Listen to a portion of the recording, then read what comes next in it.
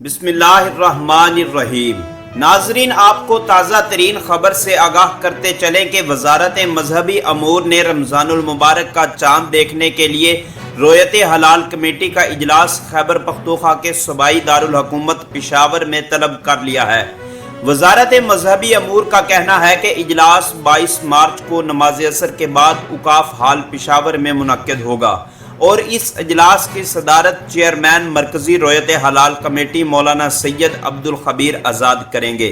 جبکہ دیگر زونل کمیٹیوں کے اجلاس اپنے اپنے مقامات پر ہوں گے۔ چاند کی رویت کے متعلق محکمہ موسمیات کا کہنا ہے کہ 22 مارچ 29 شعبان المعظم کو رمضان المبارک کا چاند نظر آنے کا قوی امکان ہے، کیونکہ رمضان کے چاند کی پیدائش 21 مارچ کی شب 10:23 پر ہوگی۔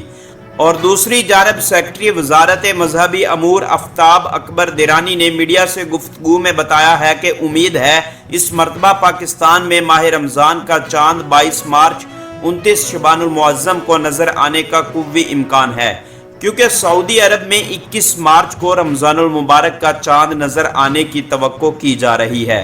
ناظرین، مزید اس طرح کی خبروں سے آگاہ رہنے کے لیے اس چینل کو سبسکرائب کر کے بیل آئیکن کو ضرور پریس کر لیں تاکہ آپ کے پاس مزید نئی ویڈیو کا نوٹیفیکیشن بر وقت پہنچتا رہے۔ ملتے ہیں کسی نئی ویڈیو میں، تب تک کے لیے اللہ حافظ۔